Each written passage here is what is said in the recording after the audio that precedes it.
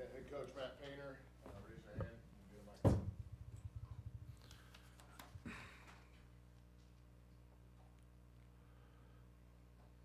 Matt, you had something like, it was 74 of 83 out of those, your main three guys. Right. You talked before the season about the volume that those guys were going to take. Is this still feeling natural to you when they have a disparity like this? And it's been that way in some other games too. Yeah, it's just depends on how somebody defends you. Obviously, they were switching everything.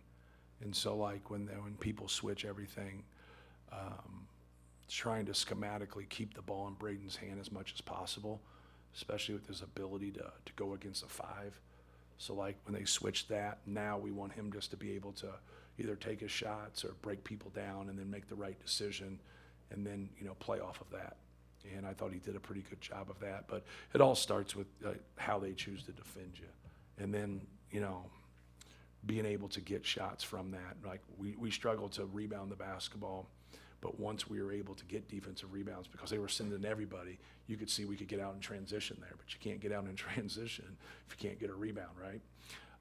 But no, the volume of shots there kind of, obviously we're going to put the ball in Trey's hands and in Braden's hands and then be able to play off of that. We run some stuff for Fletch to try to get looks, and people are going to try to take those away and not let him get those clean looks from 3.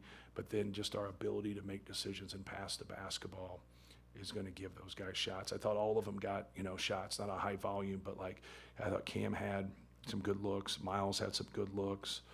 And then, we missed some others, but we obviously made enough. Matt Braden just said he feels bad taking 22 shots in a game. I guess kind of talk about maybe what the struggle is, trying to get him to understand you need him to shoot the ball that much, but he can also shoot that volume and distribute the way he did today. Right, yeah, you can see the way they defended us. Like, we've put the ball in his hands a lot, and so he's going to get a lot of chances to get assists. He's going to get a lot of opportunities to shoot the basketball, but really based on that. If they want to take him away and blitz him or double him or high hedge him, like, he's got to get the ball out of his hands. It's got to move. Like, he's not going to be in play to score as much there.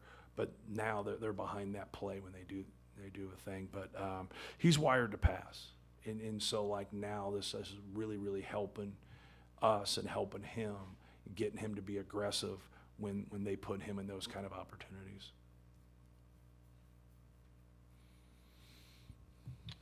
That stretch in the first half where you had a pretty unconventional lineup out there. I think you had all 3 freshmen out there at the same time, and I can't remember who else, but obviously not your best offensive lineup, but they were able to get some stops and get some turnovers. Right. And Caleb got an offensive rebound that led to a Braden 3.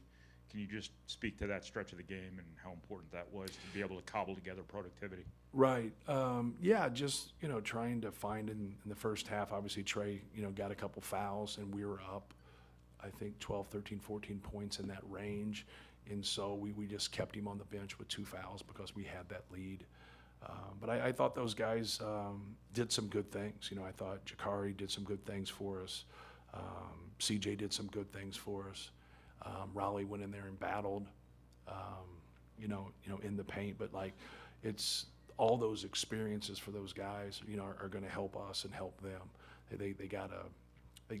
But they're no different than anybody else. Like, we got to do a better job of embracing the physicality of the game. When we did, we were able to get 50-50 balls and rebounds. When we didn't, they got them. Like, I thought they were quicker to the basketball, especially on the glass all night. Man, this is the weekend where around the country a lot of coaches think about the same question. Conference play now starts full steam. Are we where we want to be? Are you? Yeah, we are if we win our next game. Like, I mean, a lot of times coaches talk about it, and they're just talking in theory. Like, can we win we haven't won a road game. So I'm where I like where we are if we win our next game. And, we have to get some people on our team, really collectively, everybody in our team, to do a better job and be more physical. And we got too many people with their feet nailed to the ground. You got to hit somebody, then you got to go get the basketball and just be around the ball.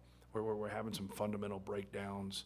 I didn't think our defense was bad, but, like, if you don't get more possessions than your opponent, you're not giving yourself a good chance. So tonight it was even, right? Where we got our advantage, not even, but it was close. They were up 8, then we're up 6. from a turnover. So they had 2 more possessions than us, and we win by 20. But, like, you know, what's this look like, you know, if we're even on the glass, right? And I think that's a big question for us going into Big Ten play because, you know, it's a very physical league. Things aren't called the same on the road, as we all know. And that's the questions we have to answer, not I have to answer. You know, we have to prepare our next couple of days in practice and get ready to do a better job in that area. Question I asked Trey, he said it's more of a coaching question than what I asked him. I love that. Just pass the buck.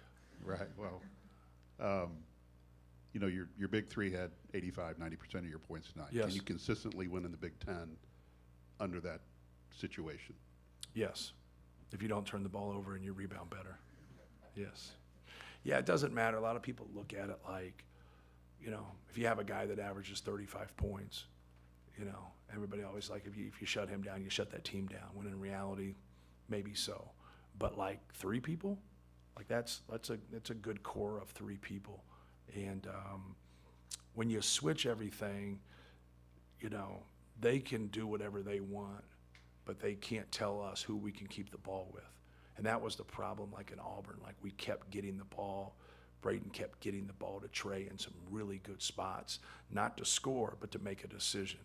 So when you get those pocket passes and you get into 3-on-2s and 2-on-1s, you've got to make a fundamentally sound play at that point. Now you got to put the ball in the basket, right? You know, you got to make your layups against elite size, or you got to make open shots right there. We didn't make that second good decision at that time, and we had to do a better job there. It's not the crux of the game, because the crux of the game is they were elite and they outplayed us. But yeah, that's something that's the furthest thing from my worries. I think a lot of people are going to go in and say, hey, we stop this guy, we stop a team, or we stop these 2 guys. Well, it's 3 guys. It's 60% of the people that's out there.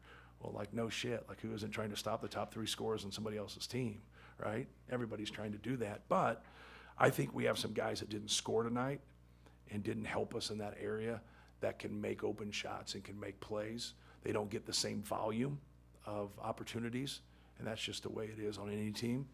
But I think in the right scenarios, like, that they're going to make some shots there and really help us. But that's not the number one thing for any of those guys, and what they bring to the value to our team. Their best thing is just like having a great attitude, competing, being physical, rebounding, like running our stuff. Like, just be engaged and be better in your role. And that goes for all of our players, not just, you know, a guy here or a guy there. But that's what we have to do if we're going to be good as a team in this league. Matt, you've used that phrase, not embracing the physicality of the game, a few times. Trey was introducing the physicality to the game a few times tonight. Like, what, are you trying to use him as an example in any of these cases for other guys to, like, pick up off of that and be more of that? Not really. Like, it's more like the in-between. Like, you know, you got to sprint in transition. You got to get deep post position because, you know, you hit them first. You got to get good rebound position because you hit them first. Sometimes defensively you get behind plays. And when you get behind a play and you don't have good rebound balance, you don't worry about boxing out. You got to go get it at that point. And so, like, we just have to have some guys around the ball better. You know, he's physical, but he also has to keep his balance. Like, when he's physical and he's balanced, he's a really good player. You know, in everything that he does. When he loses that balance, when you see him fall over and do that, like, sometimes, like, and he's playing a lot of minutes, right? But I think it's those are excuses. Like, you came to college to play a lot of minutes. You can never complain about playing a lot of minutes. It's what you want, right? You want that role. And he didn't have that role before, and now he does. And so, like, to be frank with you, like, he should get more than 6 rebounds. You know, but I think everybody should rebound better than they did. But that's the reason I keep saying collectively this is going to be on a team. If we play smaller, we just got to be small in our size. We can't be small in our fight. Like, our fight's got to be better than it was today.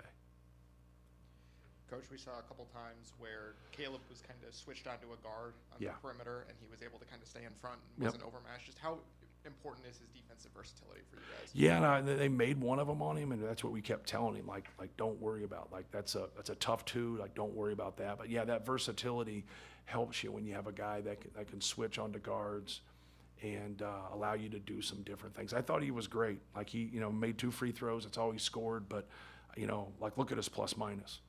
Like, we were a much better team with him on the court. And he really gave us a lift, and we stayed with him more in that second half because we were a better team with him on the court tonight.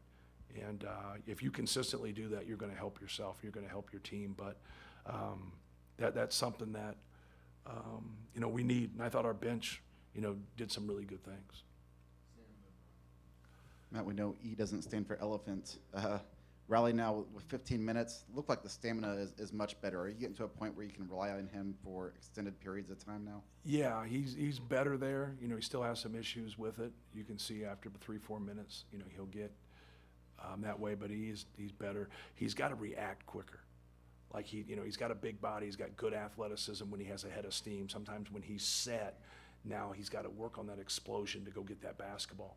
And if you're not going to be able to get great position because you're in help, now you got to be able to go get it. So that's the one area where he's got to do better, you know, finishing around the rim and rebounding the basketball for us, because he helps us because he can stretch it out, he can make a shot, he can pass the ball, you know.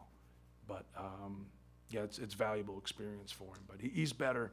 But like we need him to, you know, for everyone that he got, you know, and then there's ones that he was missing. But if he just does his work earlier, he's going to be in a better position. Great minds think alike here. Obviously, you can't stop the season, give Raleigh an off season, but what positive indicators are you seeing from him to lead you to believe he can develop through the course of the season into something a little bit more? Probably the number one thing is just his attitude. Like, he's got good energy about him, always ready to practice, always talking, always being positive, competing, trying, putting in time. So, like, you know, all the indicators are there. He's got good physical ability. People have no idea how hard it is right away for guys to play and to be able to be productive right away. So he's, you know, sometimes he doesn't play. Sometimes he plays 5 minutes, he plays 15 minutes, he plays 10, you know, and he's kept a great attitude and he's kept getting better because he understands the big picture of things. But he needs more experiences. It's just hard sometimes. Thanks.